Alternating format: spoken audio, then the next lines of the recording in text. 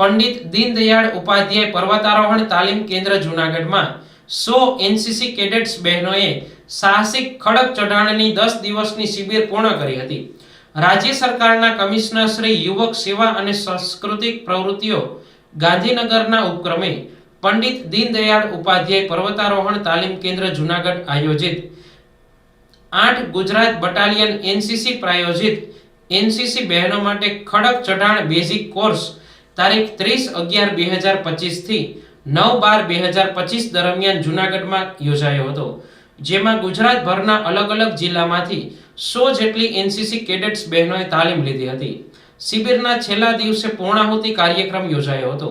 કાર્યક્રમના મુખ્ય મહેમાન colonel Amit Tyagi, commanding officer 8 Gujarat battalion, colonel Vijay Mishra, ADM officer 8 Gujarat battalion, સુબેદાર મેજર બલવંતસિંહ કેપી રાજપૂત, પૂર્વ પ્રિન્સિપાલ સ્વામી વિવેકાનંદ પર્વતારોહણ તાલીમ સંસ્થા માઉન્ટ આબુના હસ્તે પ્રમાણપત્ર એનાયત કરી તાલીમાર્થીઓને પ્રોત્સાહિત કર્યા હતા. કાર્યક્રમમાં શાબ્દિક સ્વાગત તથા શિબિર અંગેની માહિતી કેપી રાજપૂત, પૂર્વ પ્રિન્સિપાલ સ્વામી વિવેકાનંદ પર્વતારોહણ તાલીમ સંસ્થા માઉન્ટ આબુએ આપી હતી.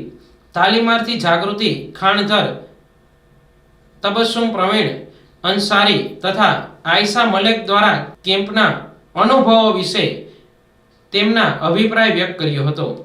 આ કાર્યક્રમનું સંચાલન હિતેશી રાય, પાયલ માણેકે કર્યું હતું.